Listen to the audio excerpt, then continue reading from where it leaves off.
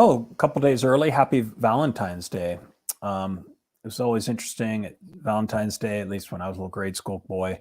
Well, I'm still a little boy, but when I was at that age, actually, at St. Bernard's, we used to get like the little heart candies and put their, they would stamp their "I love you" or "Be mine," something like that. They're actually terrible candies. I don't want to give those away. This weren't very good to eat. But you'd have these cards and you're like, "I love you," and then like, whatever, "Happy Valentine's Day." And then you always hope like the girl that you liked would give you one and all that. Is kind of a interesting tradition when you think back to that as a little kid. But what's really fascinating, I was reading today that we don't really know what Valentine we're celebrating, because there's like several Saint Valentines. So, some say there's the early part of Christianity, that's the one we're celebrating. But then when the church looked at this with Paul VI, they said, this is not St. Valentine's Day. Even though there are St. Valentines like that we actually celebrate on the 14th of February, there isn't really a real St. Valentine that they were celebrating that they could find historic evidence for, just traditions with small t's. So the Pope decided not to have official St. Valentine's memorial anymore. I think it was the late 60s. But what's strange about that, or not strange, but what's incredible, is that at least the Hallmark world, like the world that I'm surrounded in the United States, and maybe there's other countries, they celebrate like this day as kind of like a day of love. So much so that this week is called the World Week of Marriage. And so whether St. Valentine is whatever or not, it's still like one of these secular saints that just like St. Patrick, that is just incredible how like our Christian culture can that's a bad word. Our Christian culture can influence and inspire, a secular culture to relish that. And so today, I felt like that would be this would be a good theme to really pour into, which would be marriage, love, and to really recognize the great blessing and the struggle. Probably the cross is probably the best image of what marriage is, and both the bliss and the suffering of that intimacy. And so I'm hoping that our discussion today can be a way of supporting, cherishing, healing, and also inspiring anybody who is married or knows married couples or is thinking about getting married. And so I've called in. So like the other day we had the pro football all-pro game, like all the all-stars. So today I called in the all-star of marriage. And so she's here with me today. So I'm super excited about bringing her on the program. She's probably turning about 500 shades of red right now as I say that. But let us just say a little prayer here as we begin. In the name of the Father, and the Son, and the Holy Spirit. Amen. O Jesus, meek and humble of heart, hear me. From the desire of being esteemed, deliver me, O Jesus. From the desire of being loved, deliver me, O Jesus. From the desire of being extolled, deliver me, O Jesus. From the desire of being honored, deliver me, O Jesus. From the desire of being praised, deliver me, O Jesus. From the desire of being preferred to others, deliver me, O Jesus. From the desire of being consulted, deliver me, O Jesus. From the desire of being approved, deliver me, O Jesus. From the fear of being humiliated, deliver me, O Jesus. From the fear of being despised, deliver me, O Jesus. From the fear of suffering rebukes, deliver me, O Jesus. From the fear of being calumniated, deliver me, O Jesus. From the fear of being forgotten, deliver me, O Jesus. From the fear of being ridiculed, deliver me, O Jesus. From the fear of being wronged, deliver me, O Jesus. From the fear of being suspected, deliver me, O Jesus. Jesus, meek and humble of heart, make our hearts like unto thine. In the name of the Father, and the Son, and the Holy Spirit. Amen. Amen. As I was preparing for this, dear Dolores, who's sitting next to me here, she's telling me how she loves that prayer, and I treasure that prayer. But I hate praying the prayer because every word is super hard to pray. So whenever I pray it, I'm always like, oh, I just don't think I'm there yet. And so this was a beautiful prayer. It's called the Litany of Humility, and it's a cardinal, Raphael Marie de Val, and he's one of the few cardinals actually buried in the Vatican. In St. Peter's, because of that beautiful prayer, I'm sure, and many other aspects of his life that are really beautiful. Anyway, I have the honor of introducing Dolores Shipe, just a tremendous a woman who has been an inspiration for me and for all of us priests who get to work with her. Somebody who really understands the putting up with a priest, what that means, and then also just a tremendous wife and mother. somebody who actually grew up just a couple miles away from Saints John and Paul, where we're actually filming in our Sheen Center. But one of the things that has inspired me and that I get to work with her on is in our marriage ministry that we call Renew the I Do. And it's just some of the great facets of helping couples not just survive, but thrive. And so we're going to be talking about different aspects of marriage. And she's worked so many years with married couples, and just the hands-on practical aspects of things can be great to dive into.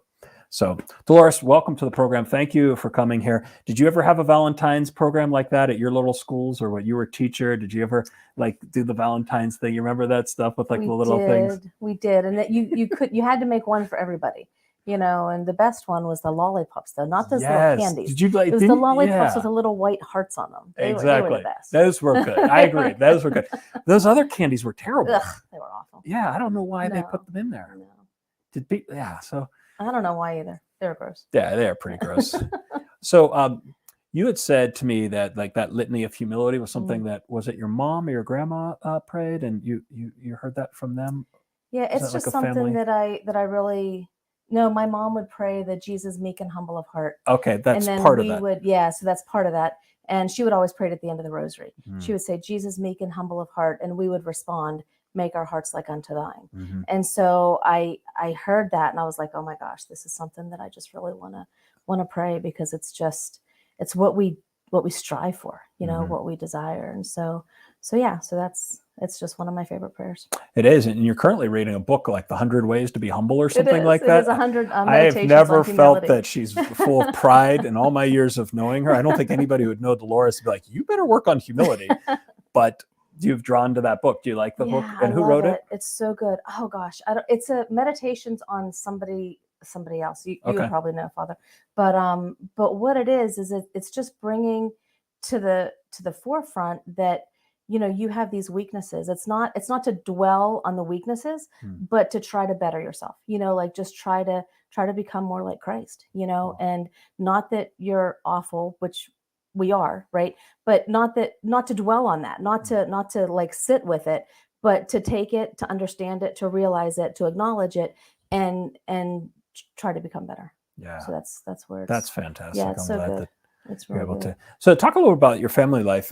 You said that you actually are from kind of this Wexford area, Franklin Park area. I am. And is it true that either your grandfather or a family member actually owned the Franklin Inn, this great Mexican restaurant? If you're ever up in this area, really good guacamole there. I recommend it.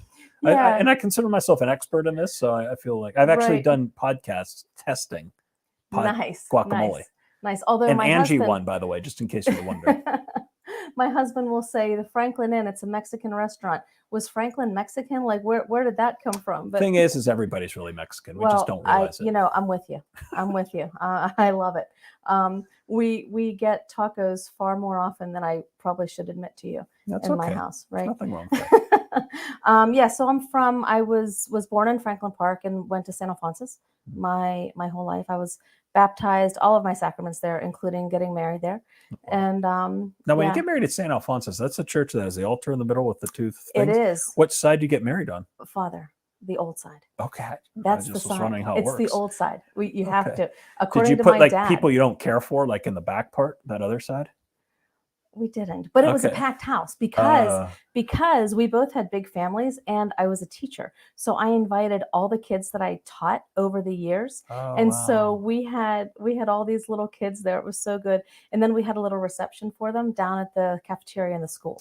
So they got cake and they got pencils that said Mr. and Mrs. Shipe, and it was so fun. So I'm sorry, can you put the picture back up there? There's a picture, not that one, the other one with her there, that.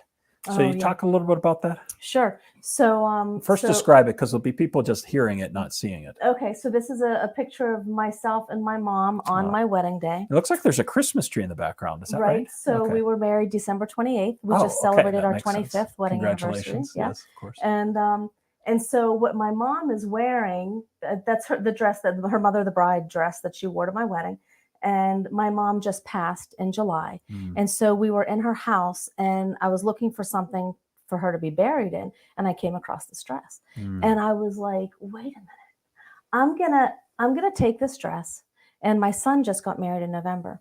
And I said, I'm going to take this dress and have it made into a dress for me to wear to my son's wedding. No way. So that's what we did. So yeah, I got a name of a seamstress from a really good friend of mine, and just took it, and yeah, and they made this beautiful dress for me to wear to Keith's wedding. That's it. Yeah. Yeah. So all the velvet and all the lace is from my mom's dress. That is so precious. So a piece of her was with us at his wedding. And that's your dear husband. That is my husband, Mike. Yep. And I think there's a picture of you, Mike, dancing at our wedding. Yeah, that's my favorite picture. I don't know, like I just love the lighting, and yeah, I just think it's a really neat picture. Yeah, it's at our wedding.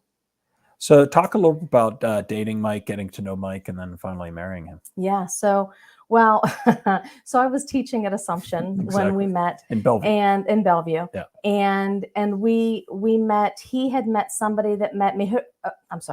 I met somebody that knew him, and this person talked to him about me, and he wanted to find out who I was and what I was about. So he came to Mass where I was singing at St. Alphonsus, and he introduced himself to me.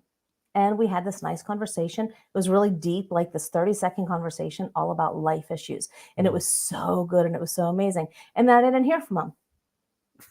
So I had parent-teacher conferences, was going to where that Cadence is now. It's in North Park. I was going to this restaurant and meeting some friend there. I walked in, and Mike was sitting there with the parish priest and a couple people from the musical group at St. Alphonsus. And they were all laughing when I walked in. And I went over and I said, hello. And they said, oh, we were just talking about you. And I was like, excuse me? And they said, yeah, we were just telling Mike about how you chased that bank robber.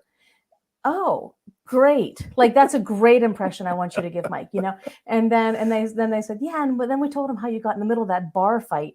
And I was like, this is perfect. Like, did I mention I wanted to date this guy? Like, what is happening? And wait, you got into a bar fight?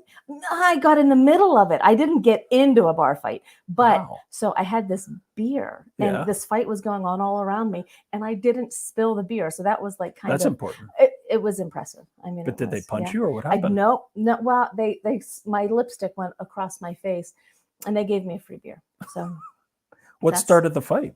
I have no idea. Oh, you just were drinking a beer and a bar fight happened. Yep, I just got in the middle of it. Yeah.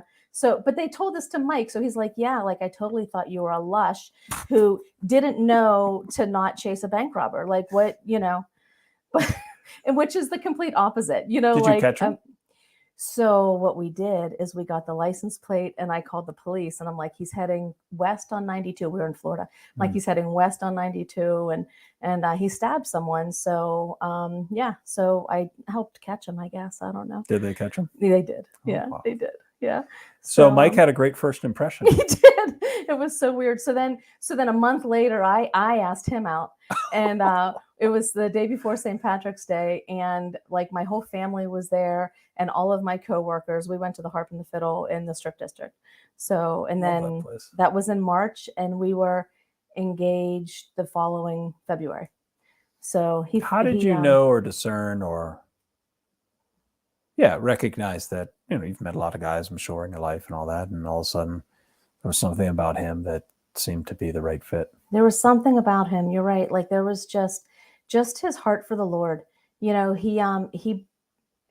I'm a cradle Catholic. So I've always loved being Catholic. I've always gone to church. I went to Catholic school all my life, and I loved it. I'm all in.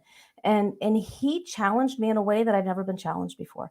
One time we were sitting at Eaton Park. That was our go-to place.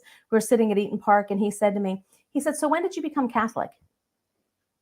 Like, we've been dating now for a while. He knows that I was baptized as a baby, And I said, I was baptized as a baby. And he's like, no, I know. But when did you become Catholic? When did you make that decision that you were going to be Catholic and this is the way you're going to live your life? That it wasn't your parents anymore, that it was yours. Can I get back to you? Because I don't know, So I had to sit there and really think about, when did I make that decision to live my life this way, that this is what I wanted for my life. And I wanted to be Catholic, and I wanted to be true to my faith. And so I felt like he challenged me in a way that I hadn't been challenged before. What was your response eventually? Like, if you look back now, I'm thinking about that, and I don't know if others are thinking about it. Like, that's such a great question. It's like, most of us, like me, I was baptized on October 14th, 1972 at St. Philomena's Church in Squirrel Hill. And it's assumed that I'm Catholic. Right. But the question of like, when did I decide to be Catholic? I don't know. I guess for me, it would probably be, I went on a Young Life camp, and Reed Carpenter was preaching. There was this great preacher about Jesus' death, and like saying, if you really accepted that Jesus died for your sins and wants to save you and live you and break you out. And it was like, yes, it was a real profound moment. I remember 20 minutes just sitting on this hill. It was like a high school junior. And I was like, yeah, I want to be Catholic. I want to follow Jesus Christ. The deep experience there. Yeah. But I didn't, like you're saying, until you asked me that, like it would ask that generically right now. Right. And that would be such a good question for anybody watching this. It's like, if you haven't had that moment yet, yeah, like maybe at the next Mass when you receive communion, or just pray about it, like, why am I Catholic? Like, when did I say I want to be Catholic? Right. When do you own your faith? Right. You know, when is it important to you that you start to live it? Because, and then in getting married to Mike, I remember his uncle said to us, you know, you can't give your kids something that you don't have. And it's the same thing with your spouse, right? You can't give your spouse something that you don't have. Correct. So if it's something that you know that you want, but you don't have it, it's up to you to kind of dig deeper and to get it. So when was your moment? So my moment was when I was in high school as well. And I was in, I think 10th grade, we went to Europe, and it was a really big deal because I'm the youngest of my family. I like to say that I'm the favorite. So none of my siblings. Hopefully your siblings aren't watching this. Oh, they're probably totally watching it, and they're like, she's right. You know, she's the favorite. That's awesome. But so I went to Europe, and it was with a Catholic school, and it was a Saturday night. Saturday night, we were leaving France and going to England. And so we weren't going to be able to go to Mass on Sunday. And Saturday was the last day in France. And so they were going to do sightseeing. So one group was going sightseeing and one group was going shopping. And the group that was going sightseeing made it very clear they weren't going to be back for Mass.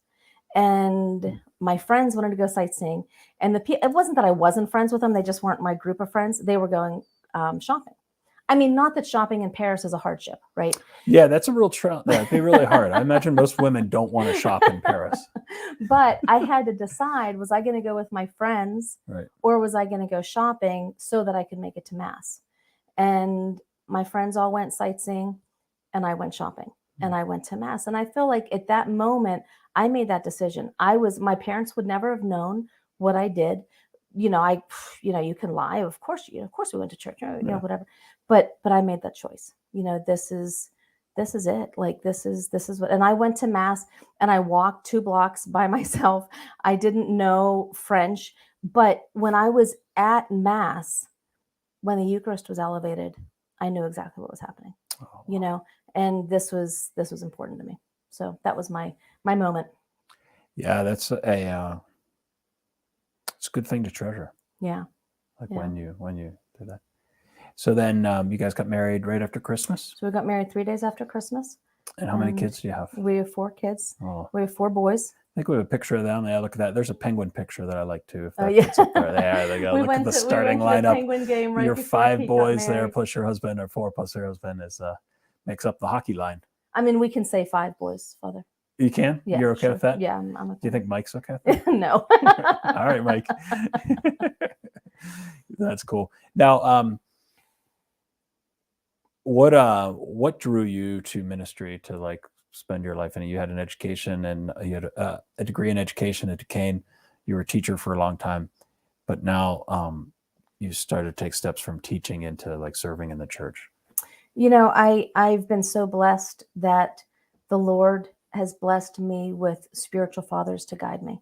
Honestly, I mean, that's just so. Yeah, so I taught in a Catholic school. I taught at Assumption, and when I started having my family, then I quit teaching and had my kids. And while I was doing that, I was still working with marriage. So when Mike and I got married, we wanted to serve the church in a way together. So I was teaching little kids. He was teaching middle school and high school. And there was an ad in the Pittsburgh Catholic, and it was looking for teachers in fertility awareness. So that's it. We jumped and we went to this training, and that's what we do together. So we kind of got involved that way after we were first married. I was pregnant with our oldest son, and we got trained in fertility awareness. And from there, I met this beautiful priest, Father Ronald Lawler, who is a Capuchin, and he kind of invited me into this world of fertility awareness, the Billings method. I got certified in the Billings method, and started working with the pre-marriage program for the diocese. So that's kind of where it evolved from. And I did that part-time work for years, for about 18 years, actually. And then I started to work at St. Raphael as a DRE, and with Father Chris Donnelly, and he asked me to kind of work with your team at Renew the I Do and start something at St. Raphael, a marriage and family program. And so that's kind of where I've evolved. Yeah. And currently, where are you? I'm currently at Renew the I Do. So after when the merges all happened, I landed here at Renew the I Do. So blessed to do that. And again, just allowing the Lord to kind of put me where he wants me. And and it's so good. I feel so blessed. And you also do work with Father Chris in some of the ministry in his parish. Is that right? I do. I'm his wedding coordinator, and I'm a sacristan. So I do some work there.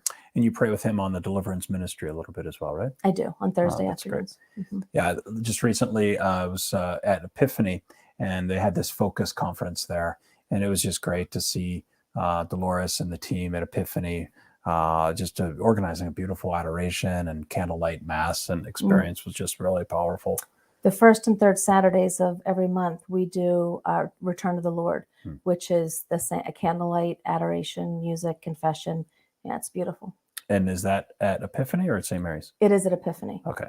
And I put out the candles. And Jackie Schratz and her team help me. They're amazing. There's like 100 candles. Oh my gosh, there's so many. And the candles are super high too. So they're so good. Yeah, and some of them go up into the rafters. It's really, it's cool. Speaking of candles, just a quick advertisement here. We're going to do a candlelight mass coming up here. I can't wait for it. It's going to be at in Lawrenceville, right? Can you talk a little bit about that? Sure. St. Augustine's Church. It's going to be a vow renewal. And if you can come, 8:00 Saturday night, you can register for it at Renew the I Do for the candlelight mass. And it is going to be absolutely gorgeous. We have several priests that are going to be involved. Father Jay is going to be our main celebrant, and Father Scott Seataller is going to be our homilist. And we're going to have couples renew their vows. I renewed my vows for the first time after we were married, I forget, maybe like 15 years. And it's such an experience, because when you say your vows the first time as you're just getting married, it's amazing, because they're kind of like these fearless words that you say, because you don't know what the future is, but you're saying these vows to each other out of this deep love for each other. But then when you're married 1 year, 2 years, 10 years, 15 years, 50 years, and you say the words again, what those words mean, because you've experienced them. You've experienced the good times and the bad times. And that what's to come, you're going to experience it together. And there's so much joy in that. So it's such an experience to renew your vows, because you just kind of remember, and you look forward to a future that may be unknown, but that you're going to be doing it together, and you're just going to love each other through it, no matter what it is. So yeah, I can't wait. We were just praying about that the other day, and so it's at 8:00 this Saturday. This Saturday, and we do it frequently. And then anybody who's watching this, love to invite others to consider doing it with your parish, or that we just did a beautiful mass here for the spousal of Mary and Joseph, which was a great mass on January 22nd at night for the vigil, which is on the 23rd. Right. Yeah, that was fantastic. And then one other note, I think we have a marriage prep that we're also offering through Renew That I Do coming up in March. And that's going to be, do you know where that's going to be hosted? Yep, it's March 18th to the 20th, and it's in Lawrenceville. Okay, April 29th to May 1st. Sorry. No, March 18th to the 20th is in Lawrenceville. Oh, the Lawrenceville one. Yep. Okay. And then April 29th to May 1st is in Canonsburg. Right. At it's St. Benedict the Abbot. I don't know what the new parish name is. Okay. But that's the site where it's Right. at. So there's some things like that. And you can always check out renewtheido.org or send an email to socialmedia@renewtheido. And there's some things there. Right. Let's jump into the marriage theme a bit. Talk a little bit about some of the things you're seeing currently in terms of married couples. I don't want to get into marriage prep just yet. I would prefer to delve into kind of your experiences of some of the challenges and some of the things in a ministry standpoint that we're trying to offer to help married couples now. Mm-hmm. Well, so we just started a new program called the 4-Step Refresh. Okay. And it's so good because, you have married couples that are good. Mm-hmm. They're all in, they're on the same page, they're working together, but they need it. They need to have maybe some way that they can take it a little bit deeper, maybe take their prayer life a little bit deeper, maybe work on reading a book together and preparing that way, or remembering their love story, and then bringing it currently, and again, looking to the future, making some of those goals. And so you could be good, or you could be a married couple there might be some silent suffering going on, and that happens a lot. What's happening now, what I'm seeing a lot, is COVID. COVID is bringing a lot of pain to a lot of couples in different ways. This is kind of funny. So in my marriage, right. I always say, like, COVID may not be the thing that helped, is difficult in marriage. Have your husband bring home 6 chickens that need to be incubated in your living room. I mean, that could be a real right challenge, in the right? middle of COVID. Oh my gosh, like, he brings home 6 chickens, and I'm like, this is amazing. But now we have 10 chickens living in our backyard giving us eggs. So it's good. It's all good. But no, COVID, seriously, like, you have so many so you have people staying at home that weren't at home. So now you're kind of like under each other's foot or whatever, or you have adult children moving home, and it's just causing tension. Not that it's awful, not that it's terrible. It's just tense, and you don't know what to do with it. So they need a refresh, or you might be a newly married couple and you feel like you didn't get the greatest marriage prep. A lot of couples don't realize, what is the sacrament of marriage? This is a journey to eternity. Amen. We're helping each other on this path to heaven. And how do we help each other? Sometimes it takes, like, calling each other on the carpet when things are tough. I remember at one point we were going through, it wasn't our marriage per se, but it was external things happening. And maybe there was a little bit of anger in my heart or bitterness in my heart. And my husband said to me, he said, you need to stop. He said, this is hurting you. Yeah. It's hurting us. It's hurting our marriage. And it's hurting you on your path to heaven. He said, you need to let it go. You need to forgive, and you need to move on. But that's his job. Right. His job as my husband is to call me on the carpet when I need to be called on the carpet, and vice versa, in a very gentle and loving and kind way. Like I always say, sarcasm serves no benefit in marriage, right?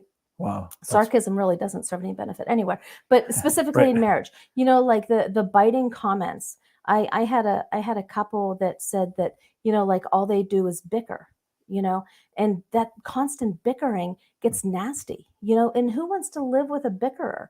Like, there's no joy in it. No. And so that's what I'm seeing with married couples, and the refresh is really just designed to take them deeper, to take them to a different level, where they realize the love that they're kind of forgetting sometimes, or maybe they're deepening that love that they know and they have and they experience and they recognize.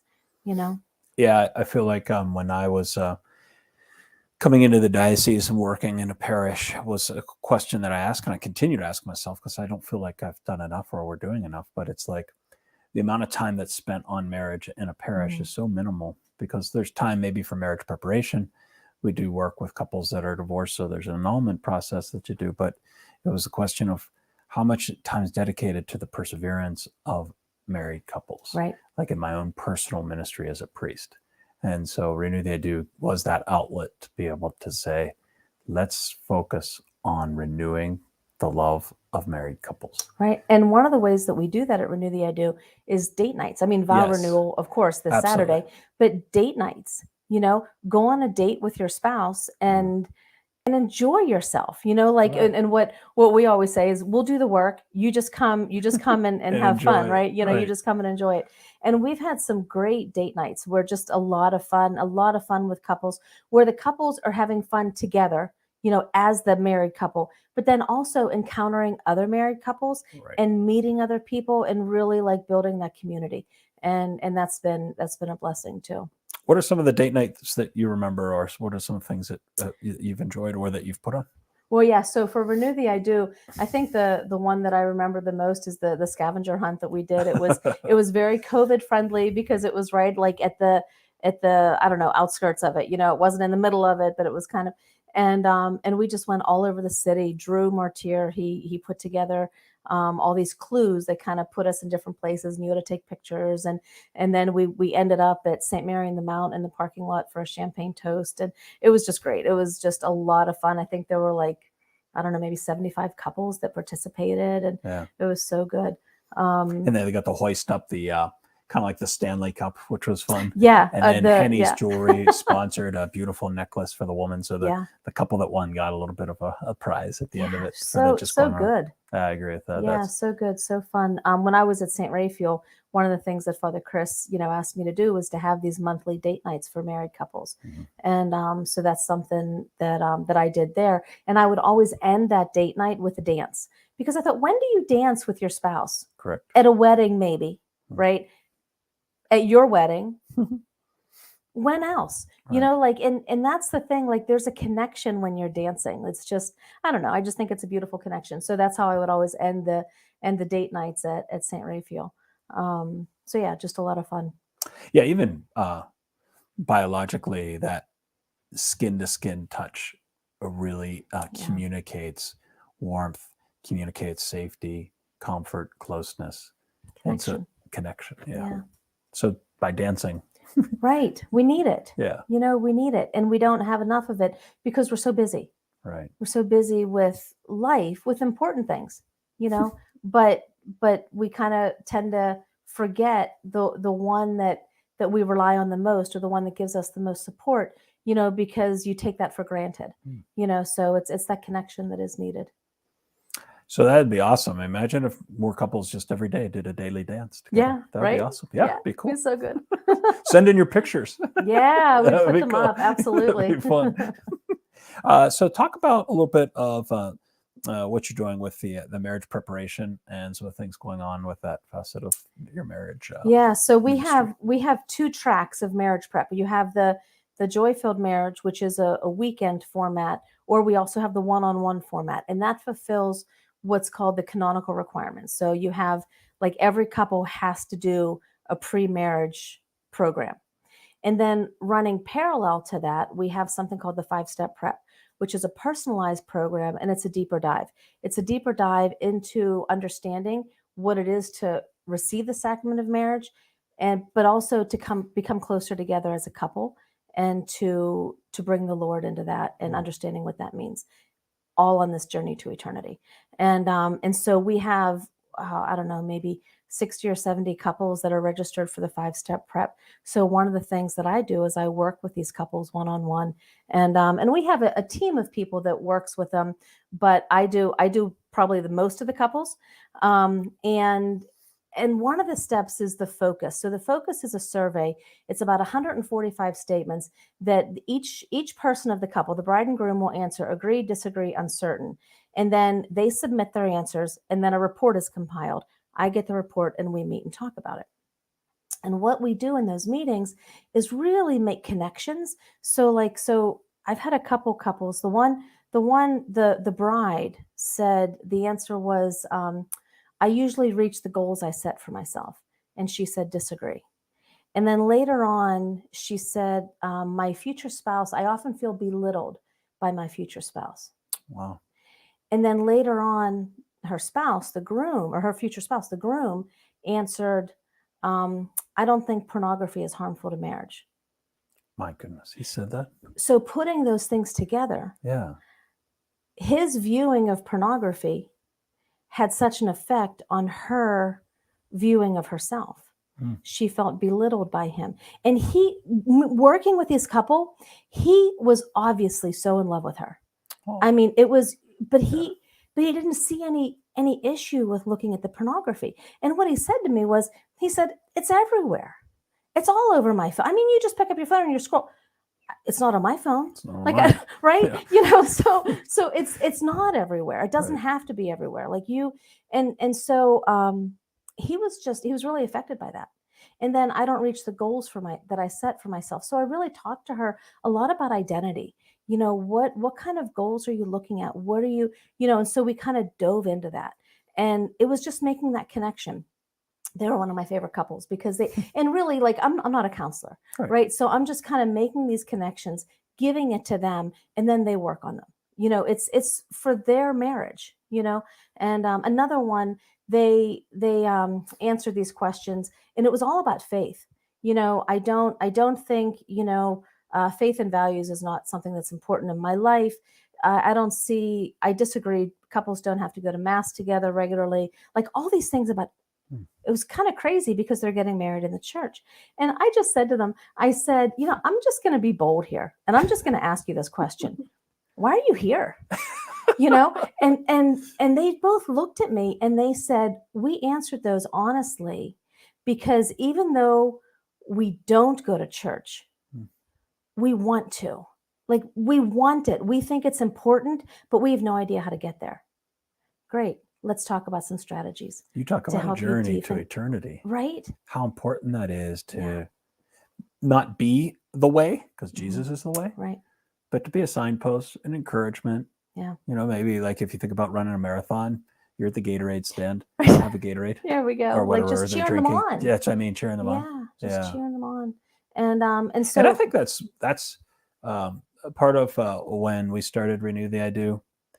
I always pray that we wouldn't look at married couples and just make them the butt ends of jokes. You always hear marriage jokes, and it's like, that's that sarcasm that I have in my own life that I don't want. I hope that any couple hears, or it's like, we just want to cherish you. We want your marriage to thrive. We get it. It's like, nobody's got a perfect marriage. There isn't that. And so just even like hearing that, you're not sitting there judging the guy because he's using porn and, oh, you must hate your wife. No. Okay. We all fall into things that were just bad habits. And so through love and care, maybe there's ways of like working through those things. Right. Right. And then we use this book. It's called The 21 Undeniable Secrets of Marriage by Dr. Alan Hunt. And the couples read them. So we kind of like, okay, I want you to read the first 7 chapters, the next, you know, and we talk about them. In the last chapter of the book, I'm going to kind of give this away a little bit. Spoiler alert. The last chapter of the book is called The Secret of 8. And it's based on Philippians chapter 4, verse 8. And I probably will get this all mixed up, but it's finally, brothers, whatever is true, whatever is just, whatever is lovely, whatever is pure, whatever is gracious, if there's any excellence in this, it is worthy of praise, right? So it takes this, it's called The Secret of 8 because it takes these 8 words. And what I say to the couples is, you know, there's going to be struggles, right? There's going to be hard times. And it could be hard times that, you know, he doesn't pick up his socks, or the dishwasher didn't get put on, the garbage didn't get taken out, or like, it's those little things, it's those chore type things. Or it could be something, you know, like more important, like finances, like maybe a bill didn't get paid on time, or, you know, like all of these things. When you approach them from the 8, from the pure, just, lovely, praiseworthy, honoring, then it doesn't change the situation. It doesn't change the bills. It doesn't change the socks. It doesn't change the dishes. But what it changes is you. And it changes your attitude, how you approach your spouse in dealing with whatever the issue is. I love The Secret of 8. That's my favorite. That's my favorite chapter, I think. Father Chris gave me the book and he said, tell me if you think this will be a good book for couples. So I read the last chapter first and I was like, we got to do this because I love it.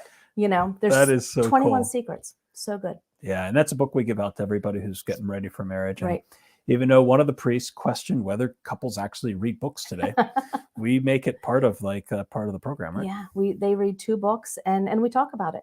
We kind of dive into it and they read them. Like there's one, it's called The Secret of the Love Bank. I love that because what it is the love bank is deposits and withdrawals, right? The deposits are the positive interactions that you have with your fiance. The withdrawals are the negative. And what the love bank says that you should have far more positive than you do negative. You know, what does your love bank look like? Wow. You know, so that kind of thing. That's a real good it's really good. right? Yeah. Oh man. Now we offer also So there's a priest or two that helps out, Father Jason, Sharon. He's starting into something new. We also have psychology assistants and medical assistants. Soul therapy. Soul therapy. Talk a little about that. Father Jason is so good. He's just offering any kind of help to couples who are in need of some spiritual direction, and he calls it soul therapy. I love it. It's so, yeah, I mean, he has a number of couples that are coming to him for help and direction. Yeah, Father Jason was on the program a couple months ago. Father Jason Sharon, he is the pastor of a Ukrainian Catholic church in Carnegie. And as I was starting to pray in the summertime, wanting to do more with Renew that I do, but knowing that I couldn't. And so I was just like, boy, if we could just have another priest, maybe just kind of really incorporate into this, it'd be great. And so Father Jason calls me and says, hey, I'm looking to do some more. So anyway, it's just God said. But one of my dreams was always to just say, if there's any married couple that just wants a priest to pray with them, maybe listen to them and discern with them, like, what's the charism? What's the gift and the way in which God loves you? By looking maybe even at like the scriptures you used when you were on your wedding day, looking at different ways in which you cherish each other and love each other, or seeing your struggles, and then being able to say, wow, the Holy Spirit is like there praying with that, so that there's a growth in your spiritual life with your spouse. Yeah. Father Jason's amazing. Yeah, he's great at that. So good. Yeah. We also have some counselors we're working with as well, right? We do. We have Samaritan counseling. We refer to, and Ellen Bruff, who is, I think it's still Bruff. She's getting married, so it might not be Bruff anymore. But she's just amazing too. She's actually coming to our meetings, and she's helping us to be able to help others. So she's very, very good. Yeah. Yeah, I appreciate that. Let's transition a little bit to modern fertility care. I think we have the website up there on that. Yeah. This is something. So a lot of marriage preparation. You can go around anywhere in the country or around the city, and it's fantastic. There's some really good examples out there. Some are not. It's a 2-hour program you check off on a Saturday, and you say, oh yeah, you got married. So what was the joke that you said? That it would take more time to get your driver's license than your marriage license. Right. We don't believe in that. Anyway, so transitioning from that to a specific aspect of marriage, and especially an area that today is so at the center of our own hearts and what we've witnessed in the world, of just the influence of pornography, the influence of our culture and sexuality. The confusion is there, the identity. It's on and on and on. You can talk about that. But I think for us, we've really realized that there is a real attack and assault on the woman's body. And it's happened over these last few years, and especially the medical field. And I had Dr. Blaze on here, and he could speak to this as well. And it's like women have a superpower, and they deserve to be freed in understanding that, embracing that, and cherishing it, and also having to every day discover, well, what is it that this is? How is this affecting me? Like, how is my body talking to me? Right. And I feel like modern fertility care is a way to speak to that and offer a resource and a help, and especially for women who are struggling with different aspects of what's going on inside of them. So could you speak a little bit to modern fertility care, give a little background to that and what we're doing in that area? Modern fertility care is amazing. There's so many good things about modern fertility care, but a little bit of background. Yeah. So I was kind of thinking of a parallel. Doctors John and Lynn Billings, they started the Billings method of fertility awareness. So Dr. John Billings was a neurologist. Dr. Lynn Billings was a pediatrician. Their parish priest came to them and said, could you guys do something about researching fertility? And they said, no. I mean, I'm busy. I've got this practice. We're busy. And the parish priest said, well, if you could just give me 3 months. And they said, we can give you 3 months. And they ended up devoting the rest of their lives to it. And then the Billings method was born, right? That. Exactly. Yeah. And so modern fertility care kind of started like that, where a priest, another priest, Father Kim Schreck, there's so many different priests that would come and say, this is so needed. Like, we can talk about the theology of it, and the couple is convinced, like they understand it. But then when the medical things come in, when the science things come in, we can't do that. We're not equipped to do that. And so modern fertility care does all of it. You have the theology. We have these good and holy priests that are teaching it. And then, but what does it look like practically? Here we are in 2022.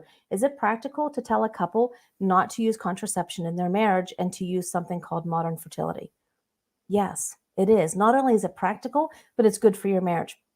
95% of couples that use modern fertility in their marriage have successful marriages. It's a less than 5% divorce rate. I mean, it's worth it. It's Yeah, and worth, especially to the background of about half marriages divorce. right. So we're already saying it's like going out today. There's snow and cold and sun. It's like, okay, go out there just in your bathing suit. It's going to be cold. Right. So the culture for love to thrive in today is freezing. And so we need to know, what is it that I need to do to warm my heart in order to not freeze and lose that whole embrace of love. Right. So then the question is, okay, so I don't use a condom, I don't take a pill, and I'm going to have a good marriage. Is that what Right. you're saying? Yes, actually, yes.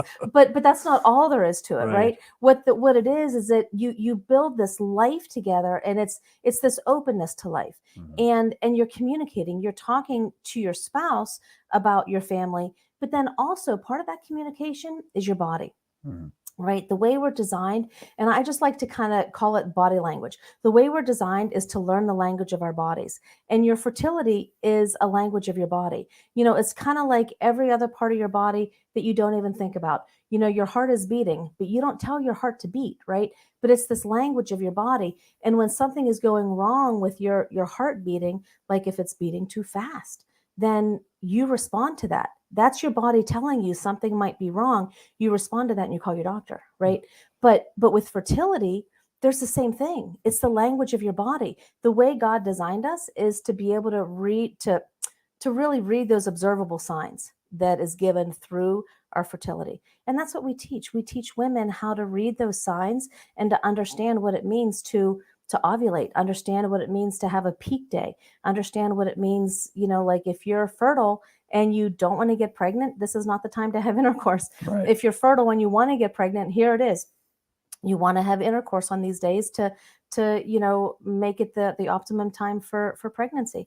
And so, but it's not only for that. It's for young girls, as they're starting out, getting their cycles, learning how to read that language, learning how to understand that language, so that if there's an issue, if there's a problem, they can take that information to their doctor. Like you said, it's empowering. Like, this is a superpower that you have, but to know your body, then you can run with it. Yeah, what gets me so fired up for this theme is that so many girls live as if what's going on inside of them is the problem.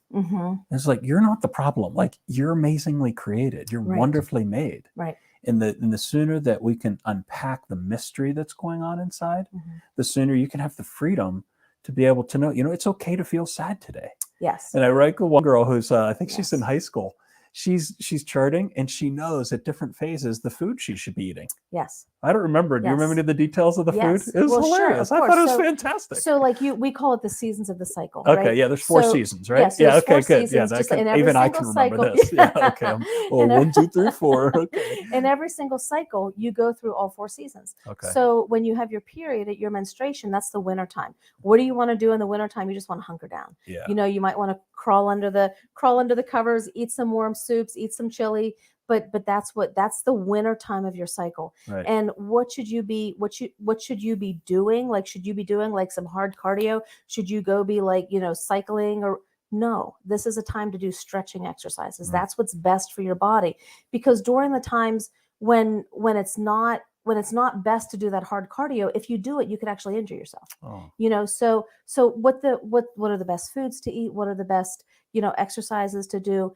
All based on what's happening in your cycle. So after your period, you have the springtime of your cycle. That's the follicular phase. That's when the estrogen is rising and the different hormones are stimulated. So as those different hormones are stimulated, you might be more creative. Your memory might be a little bit sharper. Like if you have a project to do at work or at school, this is the time. This is when you're going to be ready to jump right in. This is when you want to do that hard cardio. This is, seeds, nuts, green vegetables, good things to eat during this time. And then after the springtime of your cycle, you get to the summertime, right? Your peak of your cycle is when you're going to release the egg. That's when you feel most attractive. Oh. That's when the pheromones are at their highest, when they're really speaking through your senses to other people, and if you blunt that, then you lose that part of like feeling you are. and it makes so much sense that Right. when you encounter different women who it's just like you're beautifully made and right. they don't get to feel that. And it's all good. It's like they're It's all good. Yeah, it is good. Yeah. I'm sorry, I just No, that's thinking okay. about So oh my gosh, I just want to go anyway. Yeah. So you have the summertime of your cycle, and that's when you peak your ovulation. The estrogen is at its peak, and then it's going to drop. And once it drops, the egg is released, and then you have the fall time of your cycle. That's your luteal phase, and that's when you might need the restorative sleep. That's when you might feel a little bit down. You might be melancholy, or all of those, and those different emotions where you might call them PMS, or they're normal. And what's going to happen is when you get your period, when you start that cycle all over again, that's going to stop. And if it doesn't stop, or if it's at the extreme, then that's indicative of an issue that you need to take to your doctor, that there's probably an imbalance in your hormones, and the doctor will help you work through that. But you have to know that about your body in order to take it to your doctor so that they can help you. If you don't know that about your body, then the doctor may not be able to prescribe anything that can help. Right. Or it might just be this natural feeling of melancholy that you go through the cycle, and that's okay too. Right. But to know and understand, so it's knowing and understanding the language of your body. And so you might be able to find an issue like reproductive health, just if something's off, then you can take care of that before you get married. Or the best times to exercise. Say you're an athlete, like if you're exercising at the wrong time in your cycle, like I said, you can hurt yourself. But if you're exercising at the right time, then you're looking at optimal performance. Right. And so it's all good for your health. So there's a reason to use it that doesn't have to do anything to do with fertility, but it's just understanding that language of your body, and then as you get married, if you're charting and you know what's happening in your body, then like we're trying to avoid a pregnancy. Okay, this is when you're fertile. If you're trying to avoid a pregnancy, don't have intercourse when you're fertile. Like that's it. If you're trying to achieve a pregnancy, that's when you want to have intercourse. So I've worked with a lot of women over the years, a lot of couples over the years. I remember this one woman came to me, and she had about 3 cycles a year. Wow. And I don't know that she had any diagnosis. She didn't share that with me, but she only got like 3 periods a year, and she had a 5-month-old baby. And she was so excited to have this baby. She's like, I don't know how I got pregnant, but I did. And I want to get pregnant again. I need you to help me. Oh. And I was like, all right, let's go, and I taught her how to chart. And whenever she got pregnant, she would always email me. And she was like, if only I liked the name Dolores better, but I just don't. You didn't take that personally, did you? No, okay. I did not. And then recently I had this client. She was a client in another state on Zoom, where we were advertising for, these classes that we're doing on Zoom.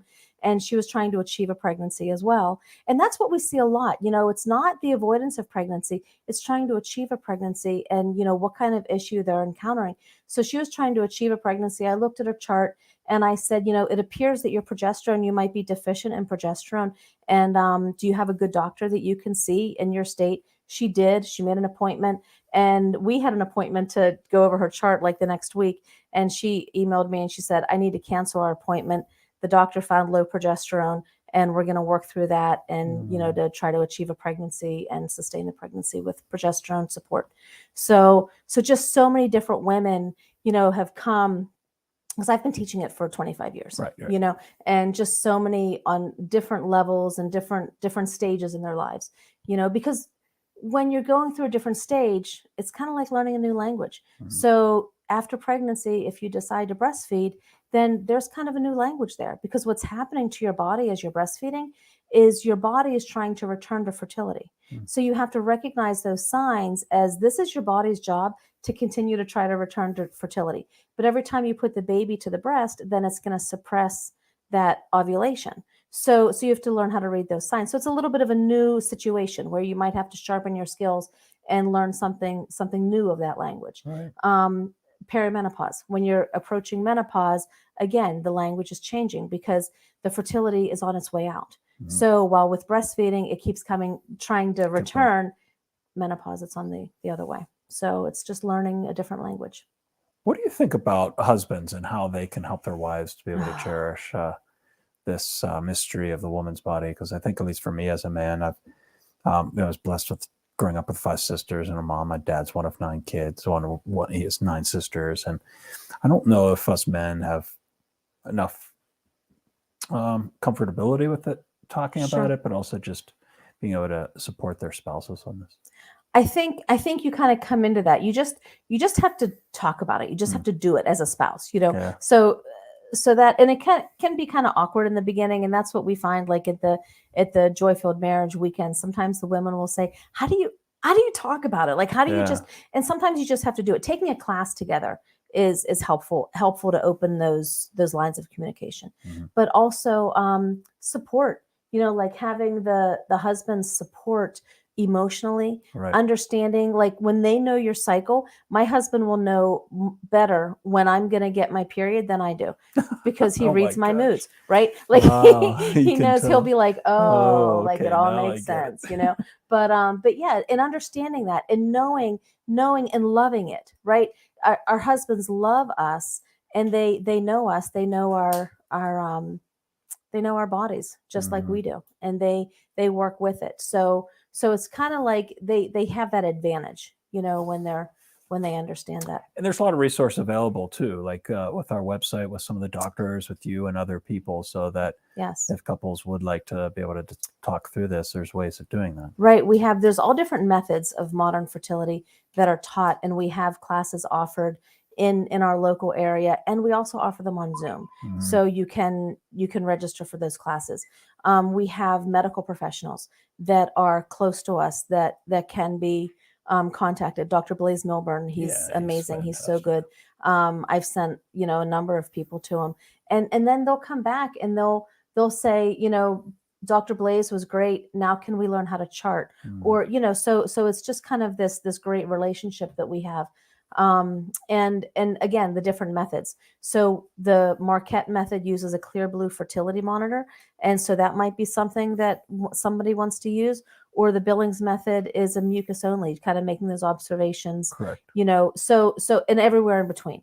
So all of those resources are on the website. There's a lot of resources, a lot of questions. What about endometriosis? What about polycystic ovary syndrome?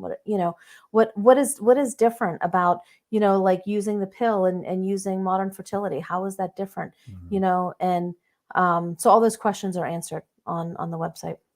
So it's interesting about concluding here. It's obviously our church was so blessed with St. John Paul II and the theology of the body, which is undergirding a lot of what you're saying in terms of our bodies actually having a language. In other words, that God loves us through. A theology is God's revelation. So especially in marriage, how a man and a woman are loving each other through their bodies, not just but what they say, but how they treat each other, how they touch each other. And there's such power and such bonding in that experience. But especially in the experience of just the marital embrace, sexual intercourse has such a deep exchange of hormones and that. So we talk a lot about marriage, or the finality of intercourse having obviously a procreative finality to it, but there's also a unitive finality to it. And obviously in our church, we feel so challenged to try to release people the freedom to have that procreative freedom in that. But also I think there's an area to be explored even more about the unitive aspect of intercourse, and especially just being able to respect each other and knowing, I don't know, like sometimes you see in the movies, they hook up and then the guy's out there smoking and the girl's out doing whatever. And you're like, no, I mean, you need to cherish each other. There's so much bonding that goes on as one's building up to that incredible crescendo. And then afterwards, in French, they call it the denouement, which is like the proper unpacking and unfolding from a deep experience like that. So yes, it's unbelievable how important that is. And I'll talk to couples about it, that, the unitive aspect of marriage is equal in value to the procreative aspect of marriage. So a lot of times, like if their focus is on getting pregnant, and they kind of lose focus of the importance of the unity, even though that's what is happening to get pregnant, but they're not worried about this over here. They're worried about getting pregnant, and they kind of lose that. But connectedness. Yeah, thank you. In that coming together as husband and wife, you release oxytocin, which is what scientists call the super glue that binds us together as humans, as people. And And if, first of all, our bodies aren't designed for the hookup culture, Correct. because the hookup culture takes that oxytocin and rips it apart, and then we can't connect with each other. We can't bond with each other. But on the other side of that, as husband and wife, when you come together as husband and wife in the marital act, the two become one flesh. Mm-hmm. And the oxytocin is released and you are bonded. And it's so important to take part in that and to renew it, to renew that I do, not to say, okay, like one and done, or I'm tired, I'm busy, I'm this.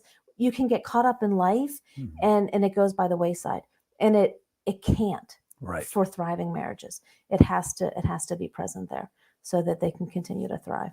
Yeah, because I imagine that there could be a tension in a marriage, and I read about it a lot, about men wanting to have more intimacy. The women are like, oh, I'm fed up with this, and it's kind of this back and forth. And I often wonder if both are being fulfilled in that act, and whether or not there is a desire. Like, you can see the need to just be able to have those tender moments and to be able to experience that cuddling that's so necessary. And I think obviously the influence of movies and the way culture presents it, and maybe the fact that a lot of the discussions as kids just never were had. And there's this disconnect between perhaps what parents were saying or feeling and what they actually talk to their kids about. The whole concept of birds and bees seems like such a stupid phrase for something that's so more intimate than, it's so profound. Yeah, it's so deeper than that. It's not so like as one priest, as he was giving a funeral, it was a funeral homily, so I can say this. He said his dad and him were coming back from the pit game. The radio was on or whatever. He turns it off and he goes, "Son, did you ever hear about the birds and the bees?" And Matt's like, "No." The priest goes, "No." And he goes, "Just talk to your mom." And he turned the radio back on. And that was his only conversation. That was it. And so it's like, so many of us could easily just grow up without a real connection to our parents in terms of our own understanding of our emotional and sexuality. And then it just gets shoved into a marriage all of a sudden. Right. And where do we find that information? Hollywood. Yeah. Hallmark. Right. Right. Or worse, like internet porn sites. Well, exactly. Sorry. Exactly. Like this is normal. This is normalcy. And it's not. So then, like, in talking to couples, like, this is a journey to eternity. And when you engage in that marital embrace, Christ is right at the center. Amen. Like, he's right at the center. And sometimes they kind of balk at you and they're, whoa, wait a minute. What? Yeah, exactly. and my husband will say, your marriage bed is an altar, because this is where the sacrament is being celebrated, and that's not something that people think about. And it's so beautiful. That's true. I mean, Augustine said that. St. Augustine talked about the cross being the marriage bed for Christ and the church. So your husband is smarter than he thinks. Right. Exactly. I could spend all day speaking about this, but we won't do that. I just want to put a little note out there. Next week, February 17th, Greg Botero's coming on the program. He started a Catholic psychological movement and a group called Catholic Psych, and wrote a great book called Catholic Mindfulness. And so he is a tremendous psychologist and therapist. And I think, at least growing up, and there's still kind of that stigma out there that we've been trying to address and renew that do, that getting a therapist, working with a psychologist is not like a bad thing. It doesn't mean like you're a crazy person, or like, it's like if your knee's broken, you go to a doctor that'll help you with that, a hip issue, or an eye doctor. So some of us, just in our relationships or just our own feelings and emotions and anxieties. And as you're saying right now with COVID, my goodness, there's so many things that are repressing us that psychologically are creating a lot of unmet desires. And it's when the unmet desires don't get addressed that a lot of these psychological things can bubble up. And it's nice to have somebody be able to look in objectively into your heart, into your mind, and into your feelings to see how that can be mended. Anyway, so Dr. Greg Botero is going to be joining us next week, February 17th at 2 p.m. Before we go, is there anything that you feel like you want to say in terms of your experience with marriage, or somebody's out there just tuning in? Is there anything else with the vast experience that you've had to maybe speak into before we conclude? Yeah, just to encourage couples to really be open. I think that's the biggest thing, just being open to something new, something different, and take that step, and maybe contact us about 4-Step Refresh, or buy a book, look at the 21 Undeniable Secrets of Marriage, or just something to connect with your spouse if you find that there's a disconnect, or maybe, pray together, go to adoration. Like that's something that you can also do together as a married couple that just takes you deeper, takes you closer together, but also closer to the Lord. Yeah, I would say hold hands.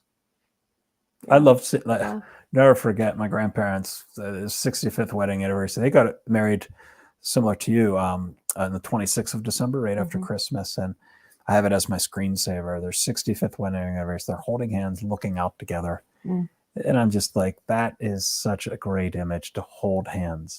And I love it too. I love when I see couples holding hands. It's like, I agree. Don't get too old to hold hands. And when I saw my grandparents do that, I'm like, yes, just the simple holding of hands can be such a powerful. One of my last memories of my parents, my dad died when I was 18, but we had gone to Disney World that summer before he died. And I will tell you that all day they held hands at Disney. It was just beautiful. Thank you again. Wishing everybody a happy Valentine's Day. And with that, I just give my blessing. The Lord be with you and with your spirit. May Almighty God bless all those listeners, especially those marriages, that they may renew their I do in the heart of Christ and the heart of their love for each other, and that they can always know that they're not alone in this great desire to live a healthy, happy, holy marriage.